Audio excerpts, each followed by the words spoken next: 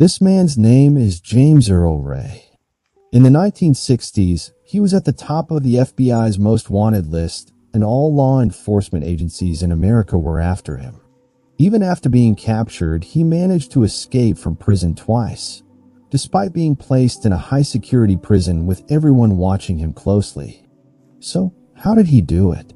What clever tricks did he use to escape? And what did he do to become one of America's most wanted fugitives? Hello, this is Bedtime. Today's story is about this man named James Earl Ray. This individual grew up surrounded by a life of crime and theft. James was the eldest of 9 siblings, and his father was a con man and thief. This was his profession in life.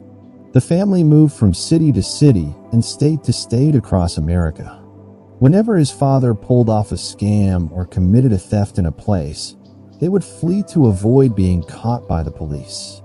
This was happening in the 1930s and 1940s, nearly 90 years ago. Growing up in such an unstable family, James had no other path but to follow in his father's footsteps. He became a criminal and thief like his father, moving from state to state while committing small-time thefts here and there. The first time he was arrested and convicted was in 1949 in California. Since the theft was minor, the sentence was light. He was given less than a year in prison. But within 3 years, specifically in 1952, he was arrested again for attempting to rob a taxi driver in Illinois. This time, the robbery was armed, so he received a 2-year prison sentence. During those 2 years in prison, James tried to escape multiple times, but all his attempts failed. He remained incarcerated until he completed his sentence and was released. At this point, you might expect that he would repent, having been imprisoned multiple times. But of course, he didn't. Just a few months after his release, he was arrested for the 3rd time in Missouri in 1955. This time, the charge was attempting to steal checks sent via mail. Since the U.S. Postal Service is a federal agency, any attempt to steal from it carries a significant penalty. He was sentenced to 4 years in prison. Once again, James attempted several escapes during this incarceration, but all his efforts were thwarted, and he stayed in prison until the end of his term. After being released again, did James repent this time? Of course not. A short while later, he was arrested for the 4th time in 1959. This arrest came after another armed robbery, where he stole only $120, which, adjusted for today's value, amounts to about $1,000, a relatively small amount. However, this time he was sentenced to 20 years in prison. Why such a long sentence? His criminal record was extensive and full of offenses. Every time he got out of prison, he went right back to stealing. Additionally, since these thefts were armed, he posed a significant danger to society, as things could easily go wrong during a robbery, potentially leading to murder. Therefore, the judge sentenced him to 20 years. James entered the Missouri State Penitentiary in 1959, which was the largest and most important prison in the state and considered a maximum security facility. Throughout his time in this heavily guarded prison, James constantly thought about how to escape. For years, while serving his sentence, he worked on building relationships with fellow inmates, becoming close friends with many, especially those who worked alongside him in the prison bakery. He built these connections because he had foresight. He hoped they would help him when the time came to execute his escape plan. James's plan was to escape hidden inside the bread delivery truck. After meticulously studying the plan from every angle, the time came for execution. Knowing he would need assistance, he shared his plan with his colleagues and friends working in the bakery. Despite having nothing personal to gain, they agreed to help due to the strong relationships James had cultivated. On April 23, 1967, James hid himself inside one of the cardboard boxes used to transport bread.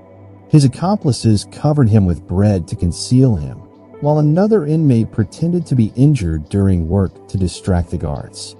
At that moment, James climbed into the box, and his friends piled bread on top of him, successfully hiding him without the guards noticing. For several hours, James remained hidden inside the tight, suffocating box. He had made small air holes to breathe through, knowing that without them, he would suffocate. Despite the cramped and uncomfortable conditions, he endured patiently until the truck finally left the prison grounds.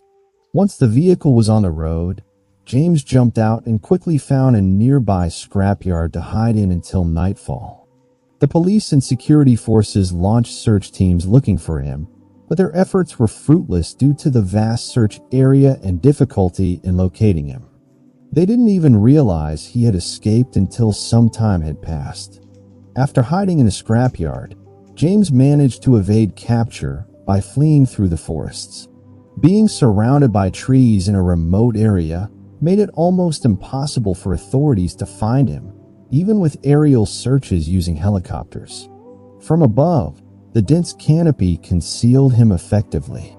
James continued moving, changing locations frequently, traveling from city to city to avoid pursuit by law enforcement.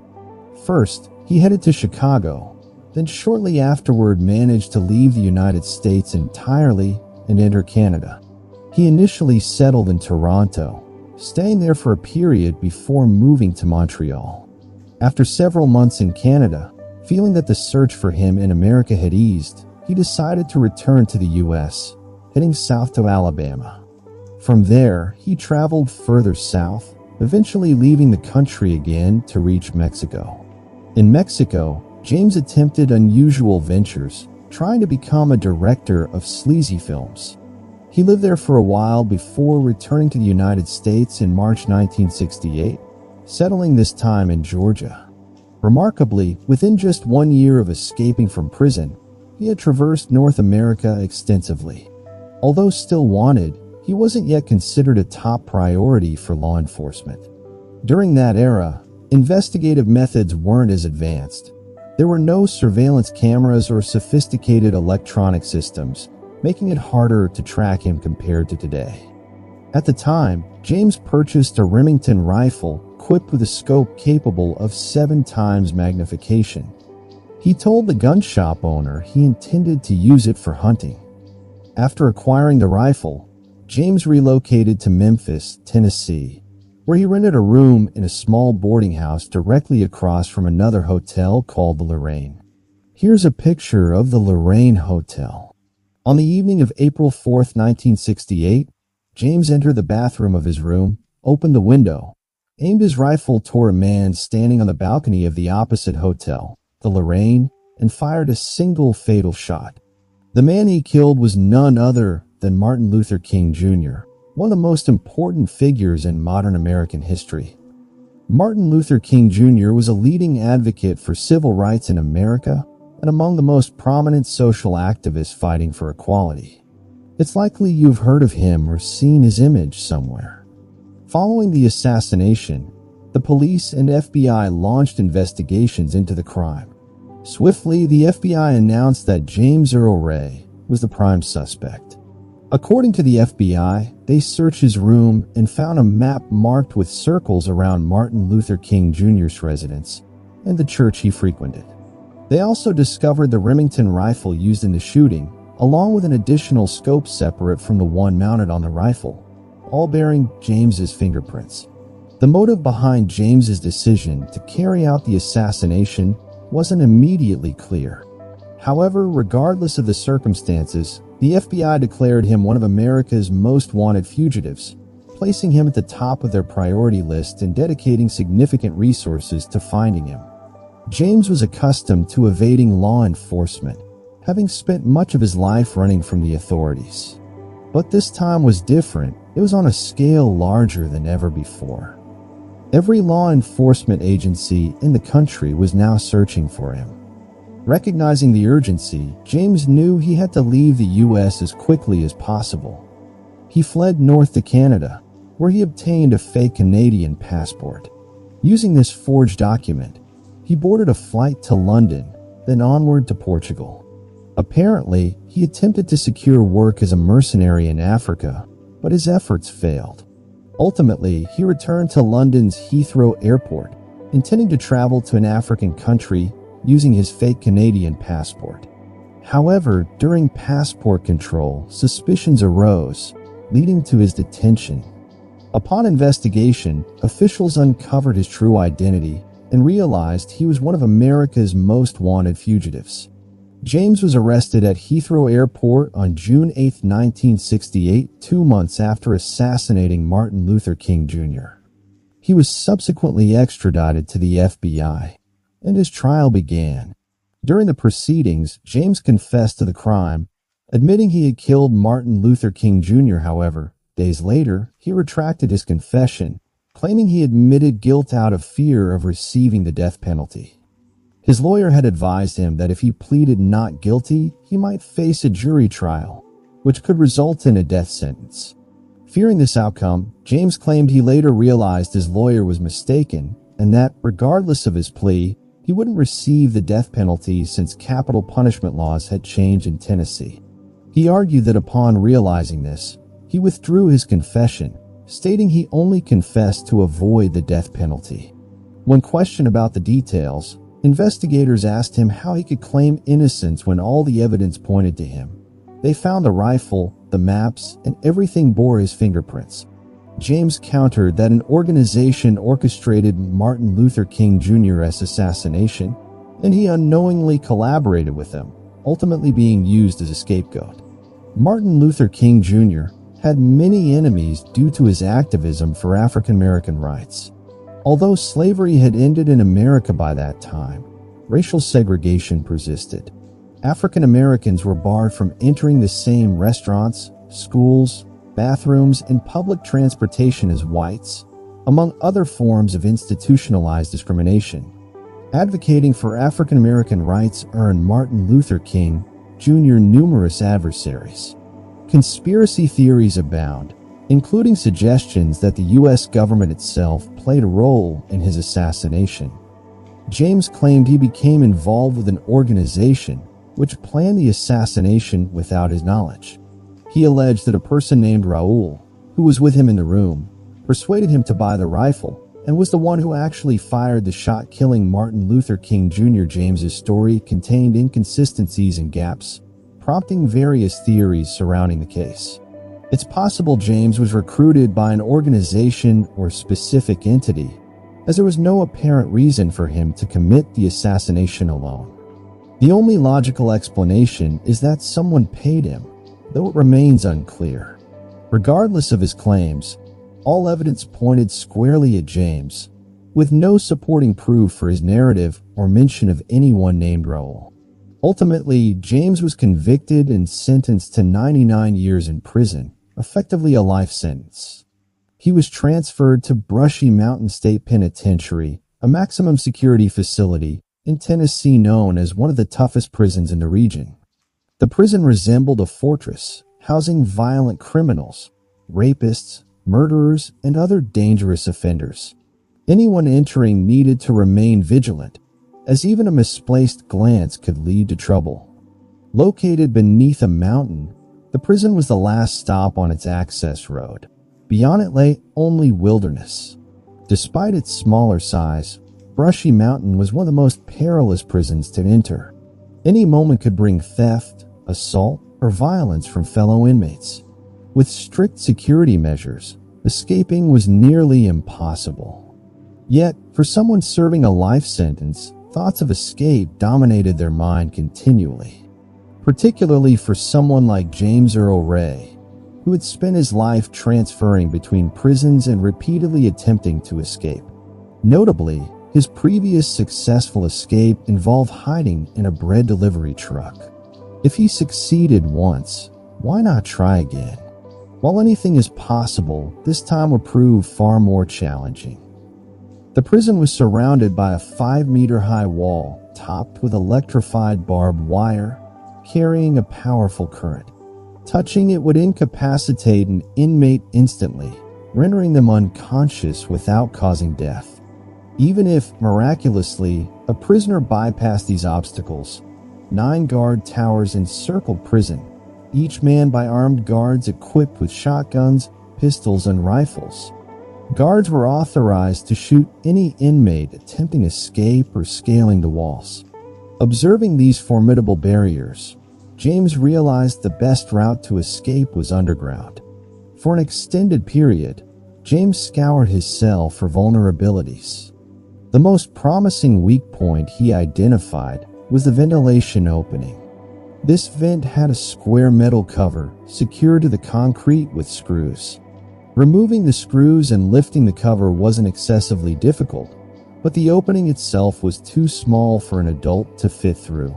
It might accommodate a child or a cat, but certainly not a grown man. Undeterred, James procured a dinner spoon and began chipping away at the concrete around the vent to widen the gap. Naturally, this process required considerable time. Imagine carving through concrete with a spoon. To conceal his progress, James used a mixture of toothpaste and dirt scraped from the prison floor to mimic cement.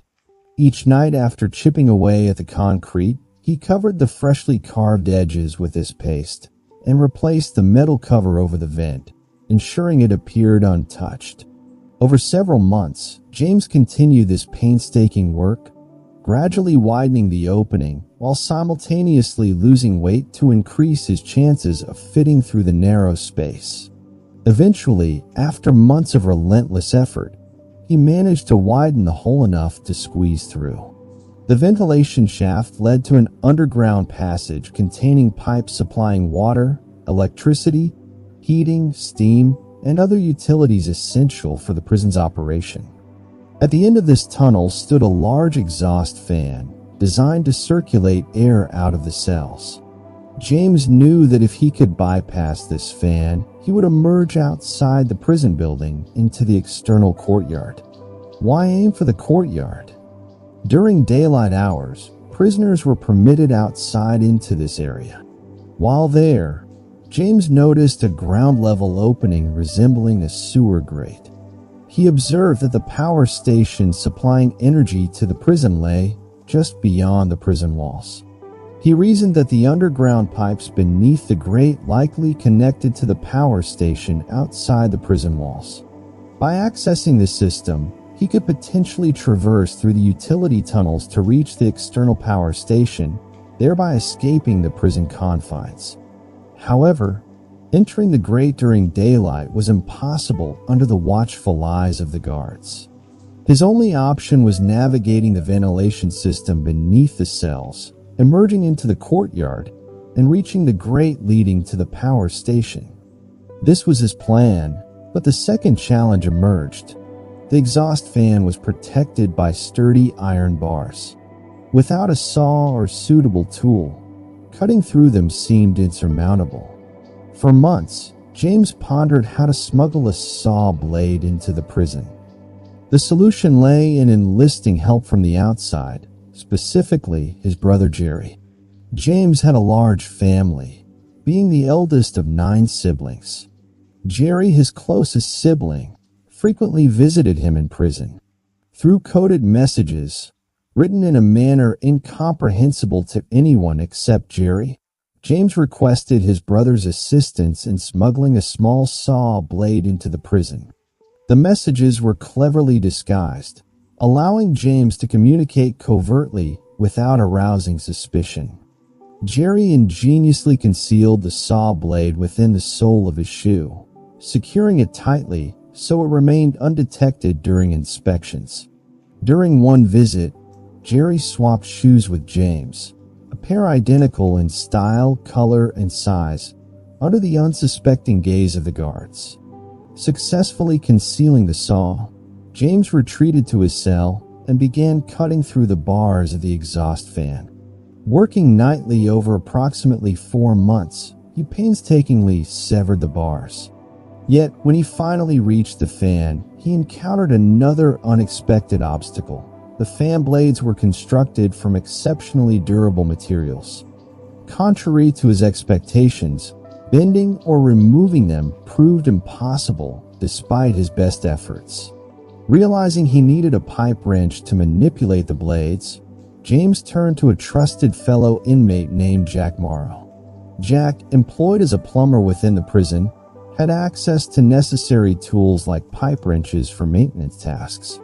Though these tools were monitored, temporarily borrowing one overnight wasn't excessively difficult.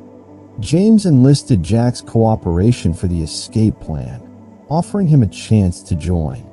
Jack agreed, tasked with providing the pipe wrench needed to bend the fan blades. However, a new problem arose. Jack and James resided in separate cells, complicating nighttime coordination.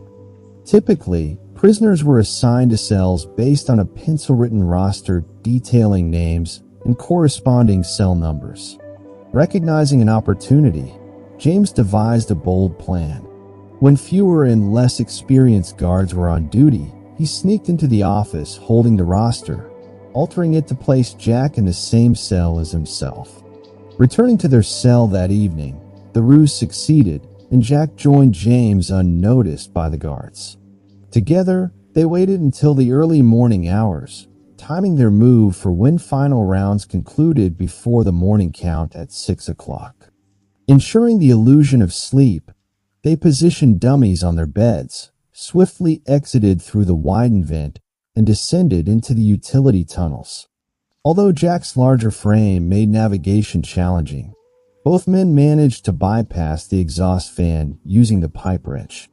Unfortunately, the narrow passage James had created proved impassable for Jack. Despite their efforts, no quick solution presented itself. Reluctantly, Jack returned to his cell, abandoning the escape attempt.